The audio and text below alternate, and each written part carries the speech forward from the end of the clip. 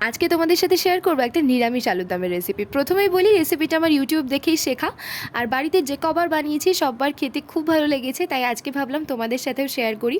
খুব তাড়াতাড়ি হয়ে যায়, বেশি খাটাখাটনিও করতে হয় না, কিন্তু খেতে খুব সুস্বাদু হয়।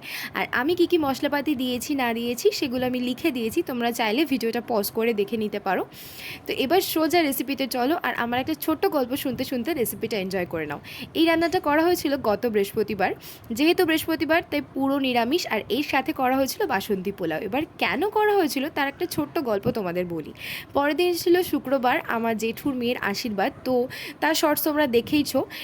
যেহেতু পরের দিন দুপুরবেলা একটা ছোট্টখাটো অনুষ্ঠান, খাওয়া দাওয়া সব ছিল, আমরা সবাই অনেক মজা করব, কিন্তু বাবা বাইরের খাবার কিছু খায় না। আমার বাবার বেশ কয়েক বছর আগে একটা অপারেশন হয়েছিল, তারপর থেকে টোটালি রেস্ট্রিক্টেড বাইরের খাওয়া দাওয়া। বাড়ির খাবার ছাড়া বাবা বাইরে কোথাও খায় না, আর মা কারোর হাতে সেভাবে বাবার খাবারের দায়িত্ব দেয়ও না, মানে খুব মেনটেন করে ক্লিন করে তবে বাবার রান্না করা যায়। তো মা সবসময় চেষ্টা করে কোনো অনুষ্ঠান বাড়িতে যখন আমরা যাব বা কোথাও মজা করব, খেতে যাব, তার আগে বাবার জন্য কিছু স্পেশাল রান্না করে যাওয়ার, যাতে বাবার মনে কখনো এটা না ফিল হয় যে আমরা ঘুরছি ফিরছি বা বাবা খেতে পারছে না। তো মাই বলেছিল দিদি খুব সুন্দর বাসন্তী পোলাও বানাই, তাই বাসন্তী পোলাও আর আলুর দম রান্না করতে।